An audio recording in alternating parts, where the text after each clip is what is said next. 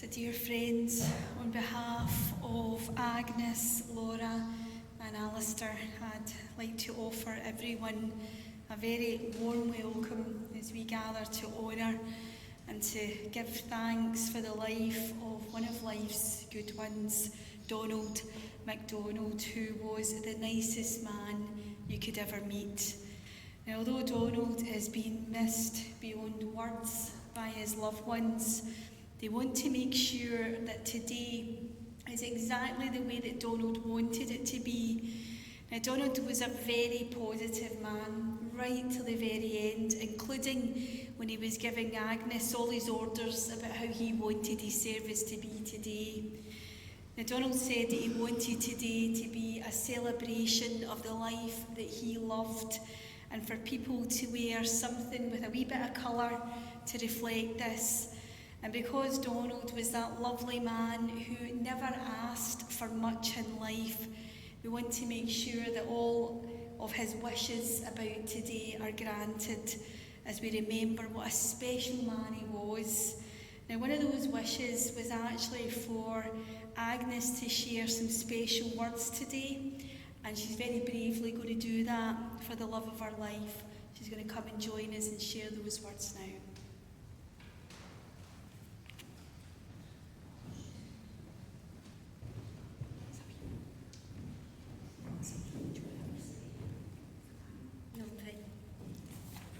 Can you see me?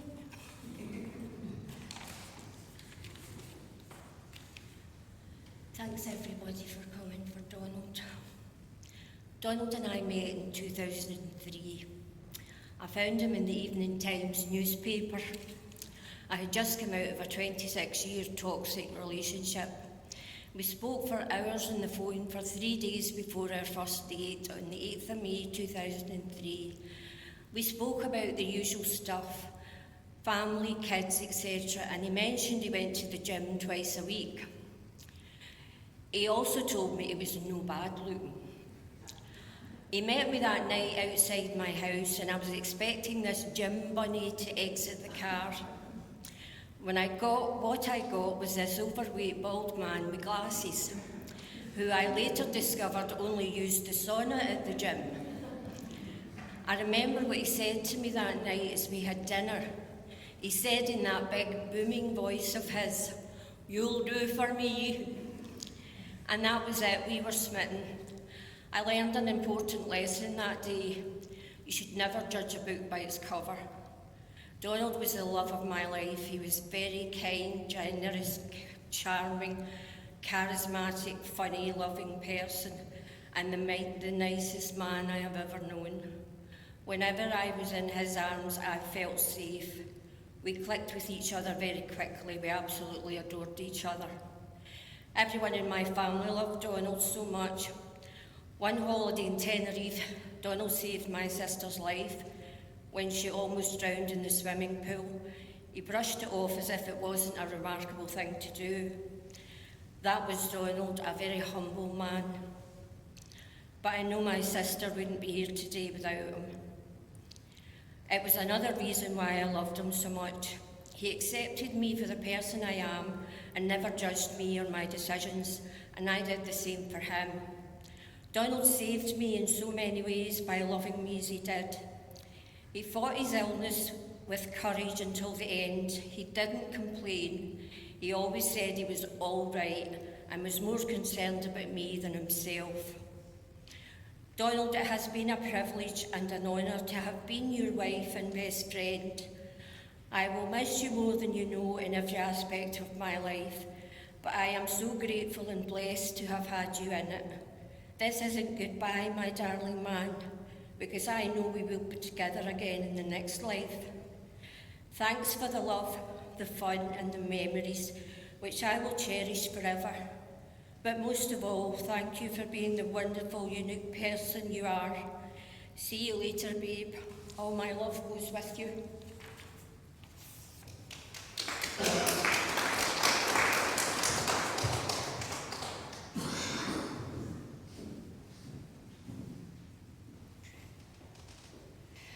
We have to thank Agnes for that incredible and perfect tribute to Donald. It just summed up the man that we're all here for so perfectly, and also gave us an insight into one of the great loves in his life. And I know that to Agnes, he was the greatest love in her life, and you should be very proud of that tribute.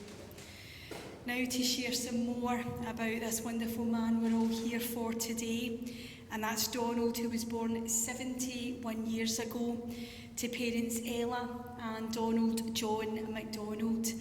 Now sadly, Donald's dad passed away when he was just 19. Now despite losing his own dad young, Donald still went on to be the best dad to Laura and Alistair, who just adored him. Now Donald enjoyed a happy childhood growing up in a close-knit family in Partick. And then after his dad passed away, he would leave Partick to join the army, where he spent 6 years in the Royal Highland Fusiliers. Now that young boy from Partick would spread his wings, and he would go on to see a few other parts in the world after being posted to Ireland, Germany and Belize. Now after serving his time proudly in the army, Donald went on to do various jobs over the years. Now he has done everything from being a security guard to working for Scottish Gas, and then finally working as a taxi driver. Now, everywhere that Donald worked, he would have been remembered as such a nice guy, because no one had a bad word to say about likeable Big Donald. But the role that he was most proud of was being a family man. And it was after meeting and marrying Janice that he became a devoted dad. And although Janice and Donald would go their separate ways, they were both very proud parents to Laura and Alistair, and they did a wonderful job raising two such good people. Now Donald and Janice also remained good friends, and Janice was there for her friend with the family, spending time with Donald in the hospital and the hospice. Now both Laura and Alistair described their dad as the best dad that they could have asked for. They've got so many happy memories to treasure, including for Laura, remembering that very special day that her dad took her to her first ever Rangers game, with Donald making sure to pass on his love of Rangers to both Laura and Alistair. Now, Laura has never forgot that day in 1989 when she was just 6 years old, and the overwhelming excitement she felt holding her dad's hand, walking up to Ibrox Stadium, and it just looked enormous. And then she thought it looked even more impressive once they got inside. And she loved everything about that day, and she'll never forget it. Now Laura and Alistair also remember how great it was to grow up with a dad who was fun dad.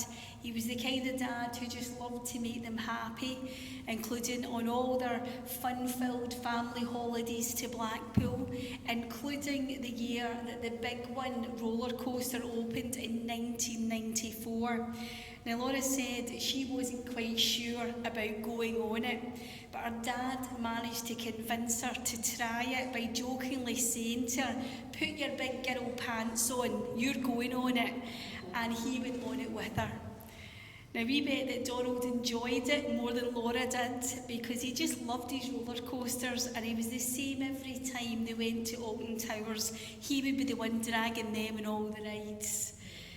Now even as adults, Donald enjoyed a very close relationship with Laura and Alistair, and he just loved spending time with them, including on that trip to London that Alistair took his dad on in 2024. Now, during those 4 days away, they managed to cram in so much, jumping on and off the tube to see everything from Buckingham Palace to going on the London Eye. Now, of course, for football mad Donald, the highlight of the trip was probably squeezing in, seeing a few of the big football stadiums too, including Wembley and the Emirates. Now, Alistair joked that his dad was exhausted with all the walking they did, having such a brilliant time together. Now, that time they spent together on that trip is even more precious now for Alistair. Now, another thing that Alistair and his dad enjoyed doing together was the kilt walk. Now, Alistair does it every year to raise money for charity, and his dad joined him twice. Laura's also done it a few times too. Now, there was a year that Alistair and his dad raised money for the Rangers Charity Foundation, where, because they'd raised over £500, they were rewarded by being invited to a dinner event at Rangers. And for big Rangers fan Donald, we can imagine how much he loved that night.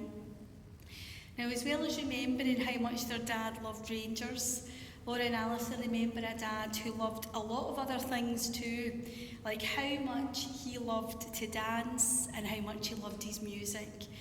And that if he was watching the telly, they knew exactly what he'd be watching. If it wasn't Rangers, it would be glued to Star Trek or Doctor Who.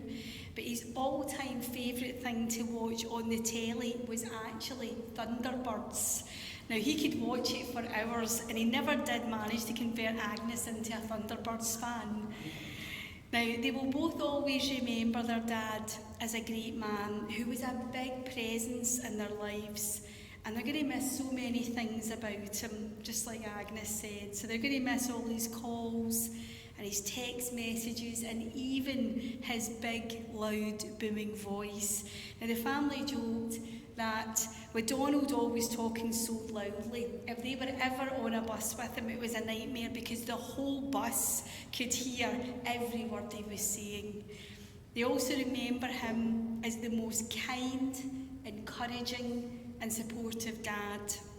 Now, Alistair said of his wonderful dad, "I have big shoes to fill." And with his dad gone, Alistair said that he would be proud to stand in for his dad, whose dream was always to walk his daughter Laura down the aisle. And although he didn't get the chance to see Laura get married, Donald was delighted to see her meet David and to see how happy he has made her. And that meant the world to Donald. And Laura said, "When that day happens, when I get married, I know that my dad will be looking down on me."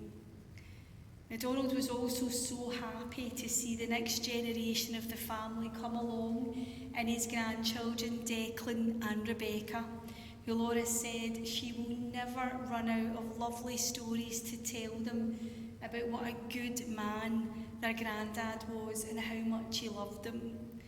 Now, Donald was such a special part of this whole family. Everyone adored him, including Agnes's 4 sisters, who referred to themselves as his fan club.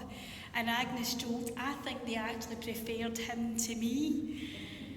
Now, as well as enjoying sharing his life with his close-knit family, who were also his best friends, Donald was also a man who actually enjoyed great health right up until he was 60.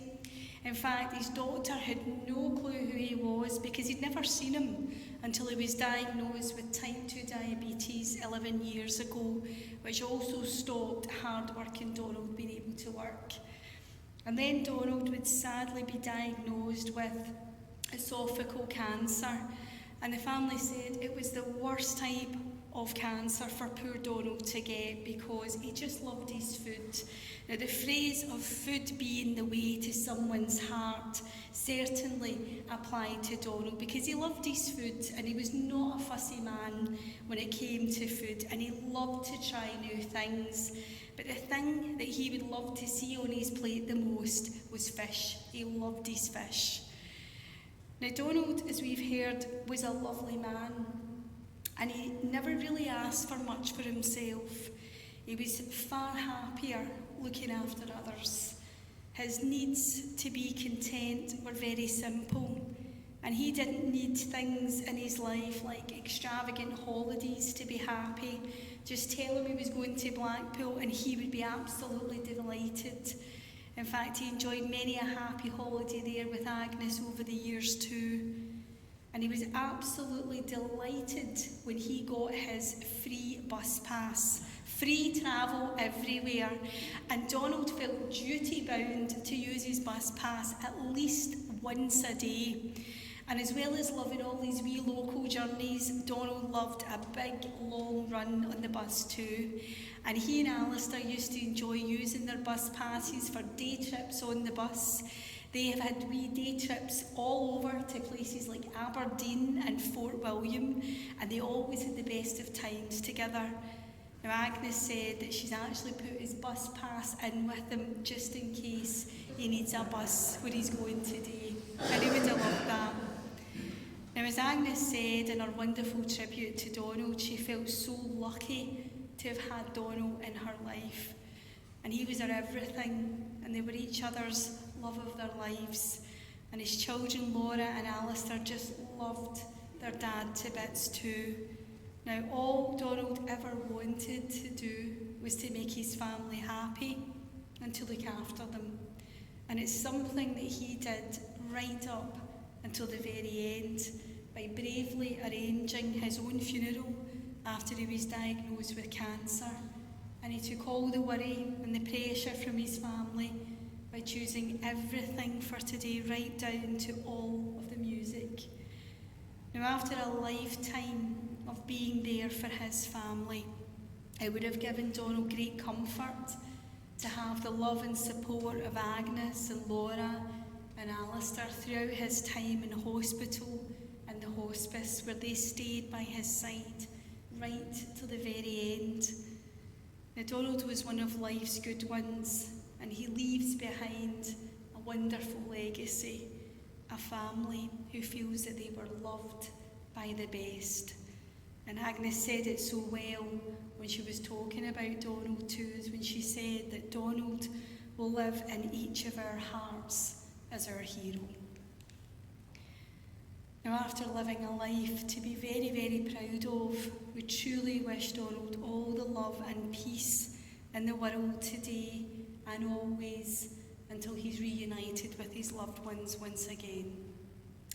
Now, after hearing just a fraction of all the wonderful things that we could have told you today about Donald, we've now reached the part in our service where we're going to be saying our farewells for now. So if you're able, could you please be upstanding for Donald? And I'll say some words of farewell and thanks to him for everything he's been to you in your life and always will be. And then we'll give you some time to think of him in your own way as we listen to a very special piece of music for Donald and Agnes, and it's Celine Dion's Because You Love Me.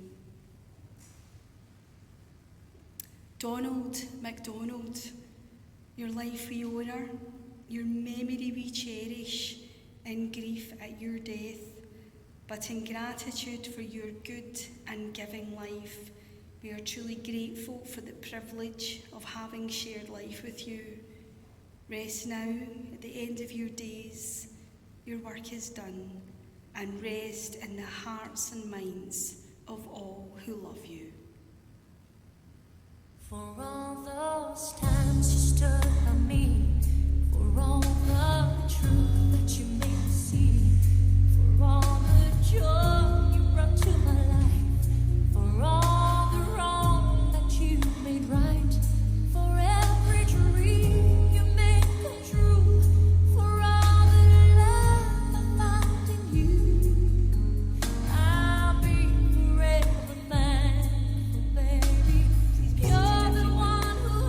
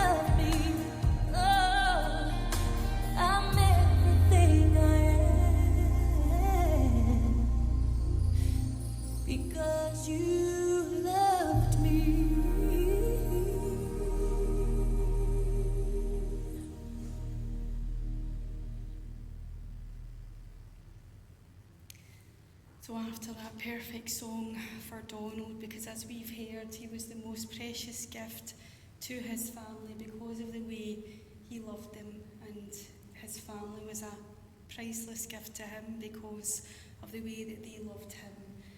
And on this hardest of days, but also a day of thanksgiving for everything that Donald was to his family, Agnes, Laura and Alistair would like to thank every single one of you for taking the time to be here today to remember Donald with such great affection.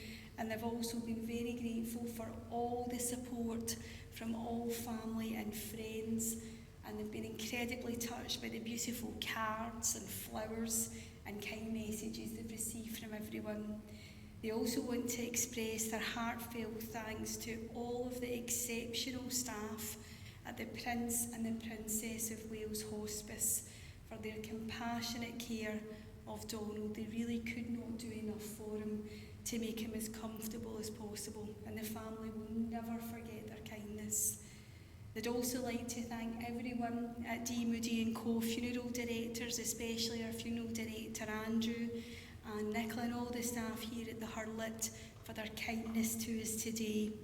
And lastly, the family would like to invite everyone to join them at Shanks Bowling Club to please come and continue to share your memories of deeply loved Donald after our final piece of music that Donald chose for you all to listen to today from his favourite film Gladiator, and it's a song called Honour Him. And we wish you all a very safe journey, everyone.